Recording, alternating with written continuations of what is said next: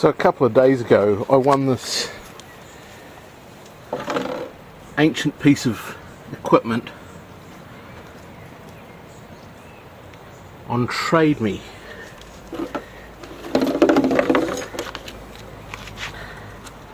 The dog is currently tying knots in. Hello Reggie. So on here we have a spindle, 16mm or 5/8 shaft, and a way of locking at each end. And my plan, if I can achieve it, is to mount a lapidary saw in this end, have a catch tray underneath, and possibly a buffing wheel on this end for polishing. I'll update you when we make some progress. And that concludes day one of converting this into a lapidary saw. I've got the blade on it there. I've got this tray, though obviously it's still really wobbly and floppy, and we haven't bolted any of this down yet. The issue we've come to, this little trench in here, we'll need to stack some washers up in there just so that we don't crush it when we put bolt in through there. Otherwise that'll just crush this plastic and snap it and ruin it. So mission for tomorrow is find some washers that will stack in there. It's got to be 5mm thick and maximum 20mm diameter. And that should then have us in a position where we can run the machine and test how it's going to work.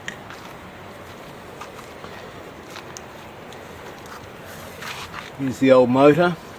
She's a beaut. She's greasable from the outside, so we'll be able to push any water out if water gets into the bearings.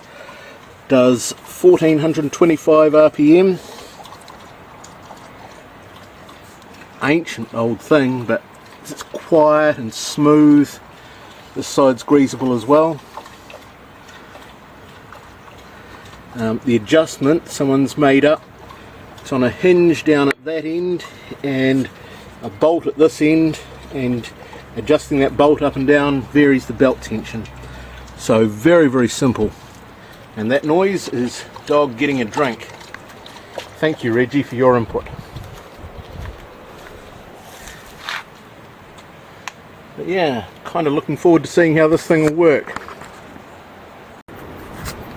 Well, here we go. We're back on the home-built rock saw, lapidary saw.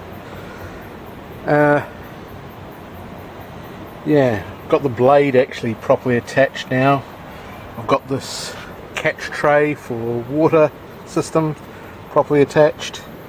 I need to rig up water to actually go onto the blade, of course. I've got some bits of hose and connectors and things down there. I was thinking of making a shuttle to use the rocks on the fence, use this as a fence, adjust the blade out from there to this gap here in the back of there to set the width of the slab that I'm cutting, and if I just grab a rock, happens to be a bit of serpentine sort of hanging around there. Rock can be gorilla glued to the chopping board. It was about $7 from Mitre 10, and use that as a stable platform to guide the rock into the blade to make nice even cuts. At least that's the plan. It could all go somehow different, of course. So in the meantime, I've got it attached, I've got it plugged in. I haven't got it plugged in, sorry, but I've got the belt on. and she operates all right.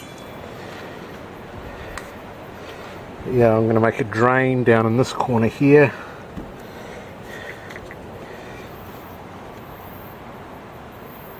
And yeah,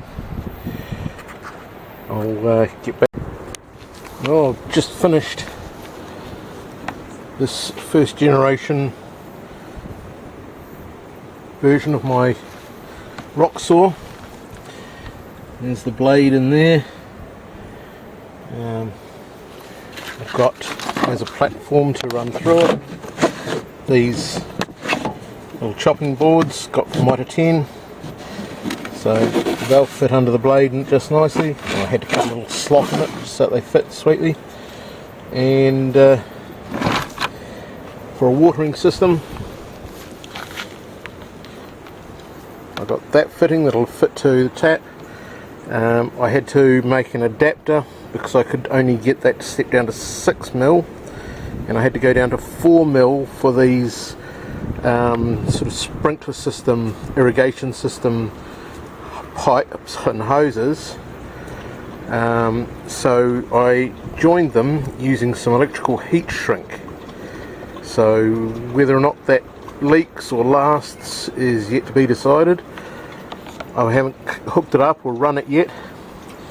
I've got to go back inside where it's probably too dark to film to give it a go, but I'll have a crack with it in my rock room, my studio, and I'll show you any results. So here are the results from that first cut on my improvised saw. There are a few water leaks and things that I'll have to take care of, but in the meantime, tucking the camera under my chins,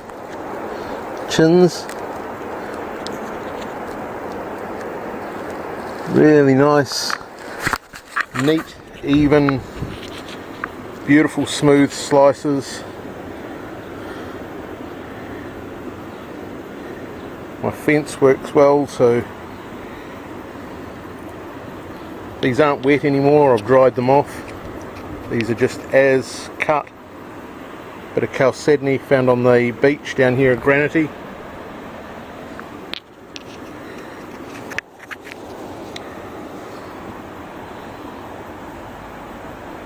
I'm very, very happy with what I've made.